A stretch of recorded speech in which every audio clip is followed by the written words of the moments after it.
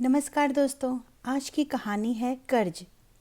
हिमांशु बड़े ही आराम से सोफे पर बैठकर अपनी बड़ी बहन सलोनी के साथ टीवी देख रहा था कि तभी उसके पापा दीनानाथ जी गुस्से में जोर से चीखते हुए बोले, हिमांशु किधर है? तेरी हरकतों से मैं बहुत परेशान हो चुका हूँ। बेटे को पुकारते हुए दीनानाथ जी अपने घर के अंदर घुसे। उनके गुस्से से पूरा का पूरा घर ही हिल गया, लेकिन सोफे पर बैठा उनके बेटे हिमांशु पर कोई असर नहीं हुआ। उसको देखकर ऐसा लग रहा था जैसे अपने पापा को वो सुनकर भी अनसुना कर रहा हो। इतने शोर शराबे के बाद भी उसने अपनी नज़र टीवी में ही गड़ाए रखी, जैसे उसको कोई फ़र्क ही नहीं पड़ता हो। बल्कि दीनानाथ जी की बातों से डरकर किचन से भागती हुई हिमांशु की मम्मी अनुराधा जी आईं और बोली, क्या हुआ जी, इतने गुस्से में क्यों हैं? क्या हो गया जो इतनी ज़ोर ज़ोर से चिल्ला रहे हो? मुझसे क्या पूछती हो? अपने साहबजादे से पूछो। आजकल नया शौक पाल कर रखा है। अपने पड़ोसी दुबे जी के घर दूध, फल और ज़रूरत की सामान बाजार से खरीद के घर तक पहुंचा कर आते हैं और अपने घर में साहब बने फिरते हैं। एक काम नहीं होता। इन इन काम को भी बोल दो तो टाइम पर नहीं होता।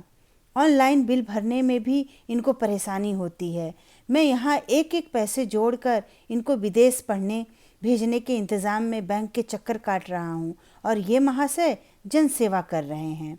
फिर अनुराधा जी बोली, हिमांशु ये क्या बोल रहे हैं तेरे पापा? तू क्यों करता है ये सब? तुझे कितनी बार समझाया है, तुझे विदेश जाना है बेटा, अपने परिवार का नाम रोशन करने। वहाँ पैसा रुतबा सब मिलेगा। तू समझता क्यों नहीं है? एक ही बात को बार बार बोलने पर भी तुझे समझ में क्यों नहीं आ रहा? माजरा ये है कि दीनानाथ जी अपने इकलौते बेटे हिमांशु को विदेश पढ़ने के लिए भेजना चाहते हैं ताकि समाज में अपना रुतबा बना सके और उनके सपने को पूरा कर सके।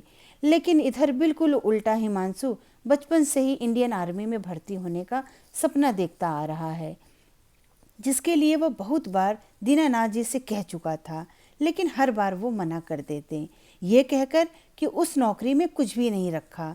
जितना सम्मान एक सैनिक को घर और समाज में नहीं देता, उससे अधिक सम्मान विदेश से आए हुए लोगों को मिलता है। बस इसी बात की मतभेद दोनों बाप बेटे के बीच थी।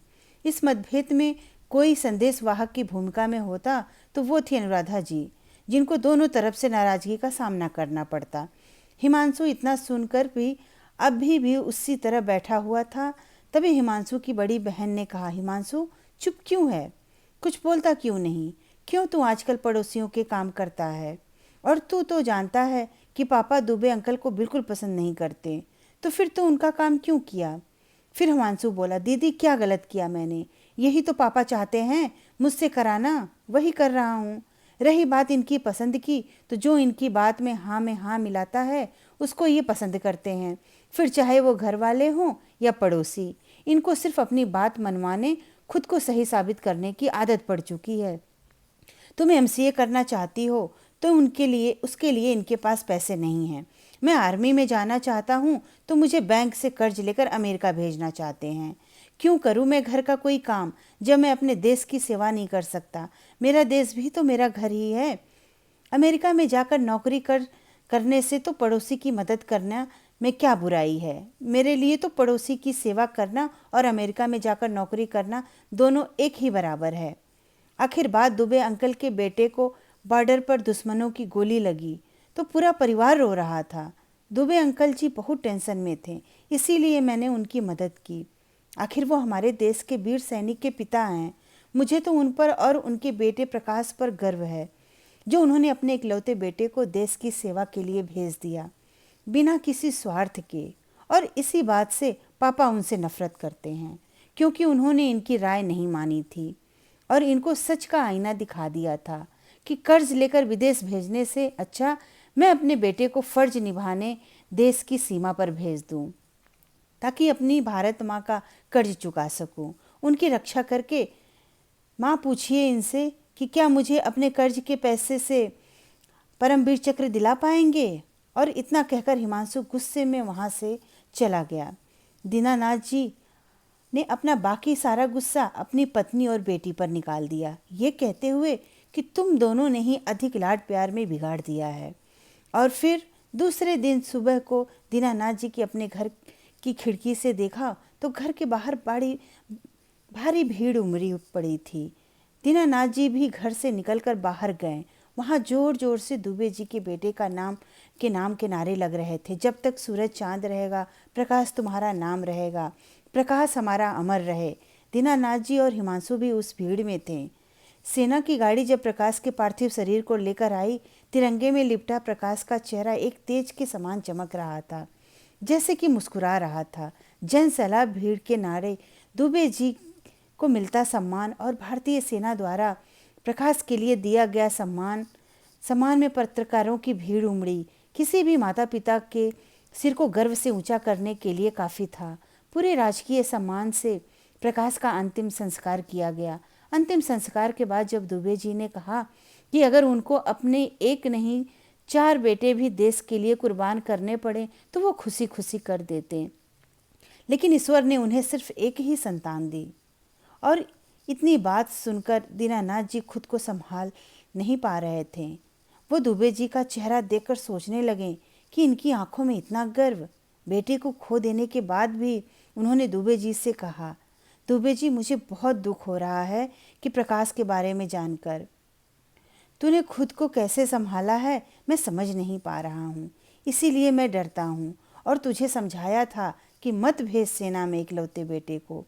फिर दुबे जी बोले, देखो, मरना तो सबको है एक दिन, आज नहीं तो कल, तो क्यों ना कुछ ऐसा करके मरें कि जीवन भर याद किए जाएं। इस बात का क्या गारंटी है कि आर्मी में ना जाने से वो मेरे बुढ़ापे तक सेवा करता। जिसके जवान बेटे रोड एक्सीडेंट, किसी बीमारी के चलते या किसी अन्य वजह से इस दुनिया से चले जाते हैं, तो उनका क्या। देखो दीनानाथ जी, जीवन सिर्फ एक बार ही मिलता है, इसीलिए इसमें धन संचय करने के बजाय अपने सपनों को जियो। देश के लिए कुछ अच्छा करो। जीवन में ऐसा काम करो कि लोग आपके ना रहने पर आपको अच्छे कामों के लिए याद करें, ना कि गलत कामों के लिए बद्दुआएं दिए।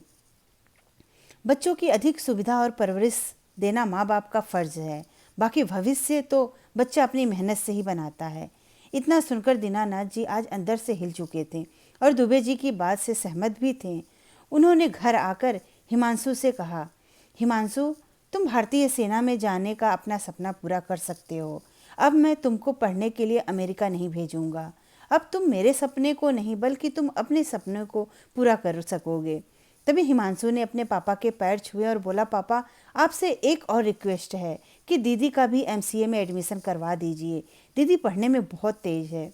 और फिर दीनानाथ जी ने सहमति में अपना सिर हिलाया। पापा से परमिशन मिलते ही हिमांशु जोर शोर से सेना में भर्ती होने की तैयारी में लग गया। और आज पूरे 2 साल के बाद हिमांशु को भारतीय सेना की वर्दी में देखकर खुशी से दीनानाथ जी फूले नहीं समा रहे थे। आगे बढ़कर हिमांशु को अपने गले से लगा लिया। आज एक सिपाही के पिता होने का अपने ऊपर दीनानाथ जी को गर्व महसूस हो रहा था। धन्यवाद दोस्तों, मेरी कहानी अच्छी लगी तो सब्सक्राइब ज़रूर करिएगा।